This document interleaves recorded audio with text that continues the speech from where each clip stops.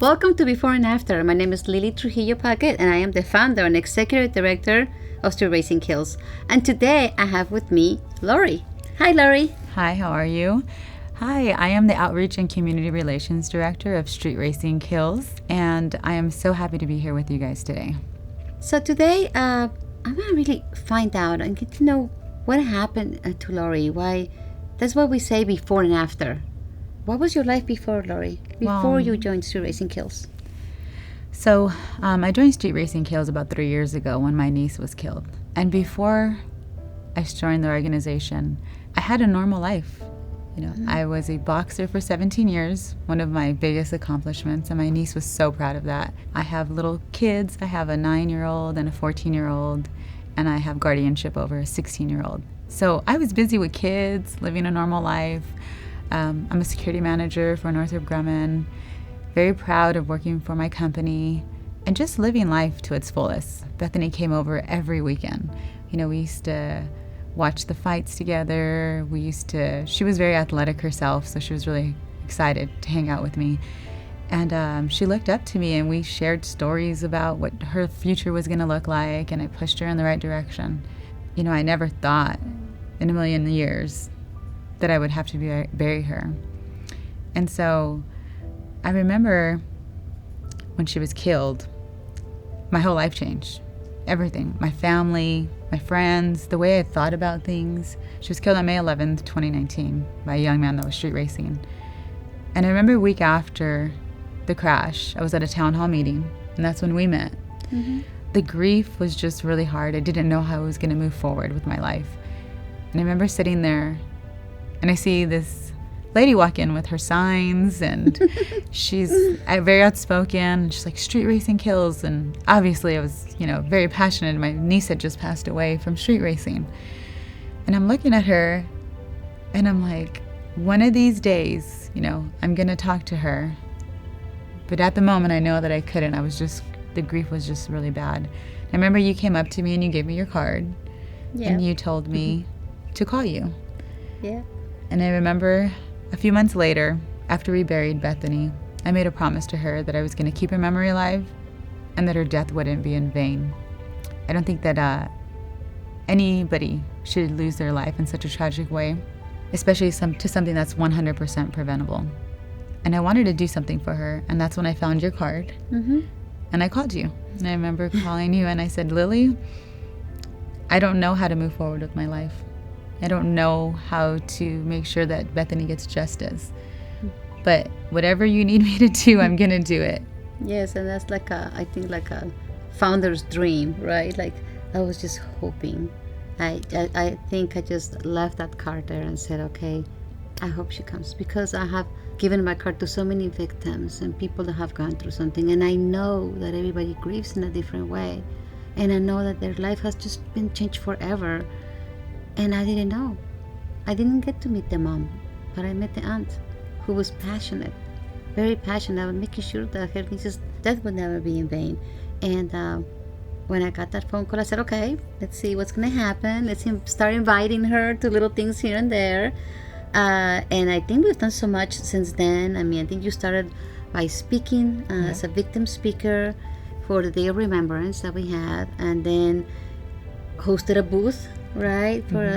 And then little by little, left a little bit, and then you came back again, which we're so happy to have you back. And what I loved about Lori, she's like, this is going to be my title. I want to be a director. And it was like, we were going to offer her, right? But then she was like, I want to do this and I want to do that. And that kind of I think, intensity that you had is what I needed in my life. Because you say you saved my life. I think you saved my life as well, but you just don't see it because I was like just running Street Racing Kills like crazy by myself. And I had some helpers, but I never had somebody that could really be attached to the hip like we are, I think, and share our ideas and be excited about our ideas and be happy that, oh, I want to do this. And you have someone that's also happy that you are and add to it. So I think we made a great team, and I am so happy that you came and you understand where my life changed forever right after my daughter passed away to a street racing crash. It had been a long battle that I knew that I was never going to end, and I know that I'm never going to end up doing this. But meeting so many people like Lori, meeting so many crash victims, meeting some founders, I said, we have to know. We have to let everybody know what was our life like before. What was their life like before? What was your life like before? And how much it has changed. And sometimes in our daily lives, I feel like we don't have time to add anything else to our lives. So how do we squeeze SRK into our lives? Definitely. How did you were able to squeeze us in there? I think that all the time because before joining SRK, I was going to school for my master's program. And I remember when I finished my master's program, I thought, thank God. I was doing homework every night. I was sleep deprived. I was so excited to finish my master's program. I was training for a triathlon when Bethany passed away. I actually did the triathlon that morning, and I called Bethany that same day to tell her about it because we were excited about this triathlon. It was my first time doing a triathlon. And she never answered the phone because she had already passed. And so all the time and effort it took for me to train for this triathlon was exhausting, very time consuming.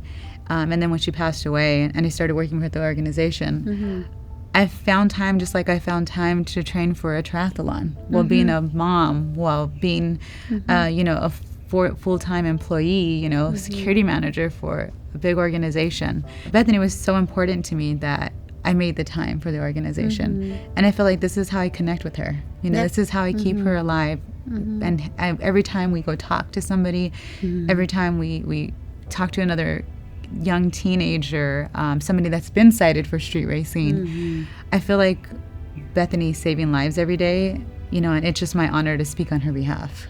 And so that's why I make the time, and that's why, I'm here and I'm doing what I do, and we continue to make our programs grow together. Yeah.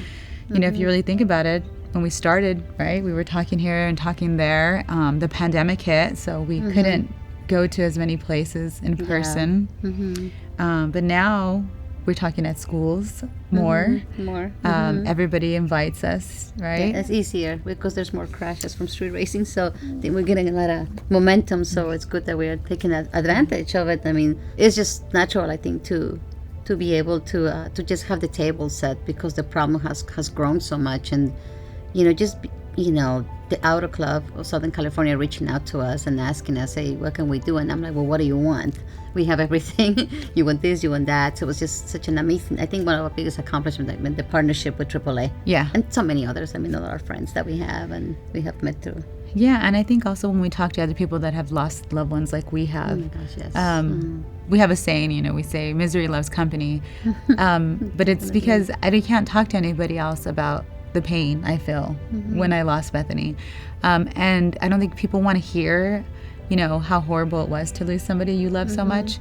But you and I get to talk about Bethany and Valentina all the time. And we don't get bored. And we never get bored. We can repeat the same thing over and over again, and we never get bored. And I think that's one thing that we connect with someone that has lost someone to tragedy, that really you can listen because you understand. And to find out what their life was before and what their life is now. So that's why we are here today to talk about before and after. So what's next, Lori? Well, we've been to the Capitol, helped pass Assembly Bill 3. We have been working with AAA, traveling state to state, campaigning against illegal street racing.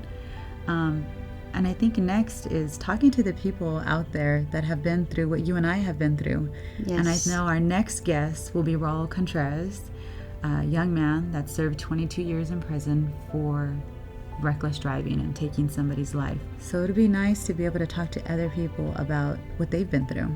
Yes, and this is why the name of this show is called Before and After. There's definitely so many people out there that have gone through so much and how their life has changed. Remember, street racing kills. Live for the angels of SRK.